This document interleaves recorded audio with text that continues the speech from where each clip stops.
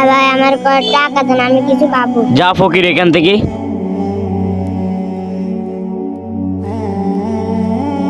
ভাই ভাই আমার কিছু টাকা দেন, আমি কিছু খাবো। যা এখান থেকে। ছেলেটার সাথে কাজটা খারাপ করলো। আর টাকা?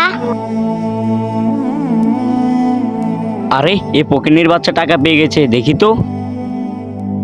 কি রে, এটা তো আমার টাকা, তুই আমার টাকা চুরি করছিস? তোর এত বড় সাহস! ছেলেটার সাথে খারাপ করলো। এ পিচ্ছি, এদিকে আয়।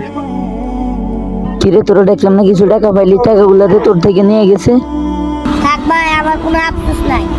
আল্লাহ আমার গরিব পাঠাইছে, হতে পারে পরকালে আল্লাহ আমার জন্য অনেক ভালো কিছু রাখছে।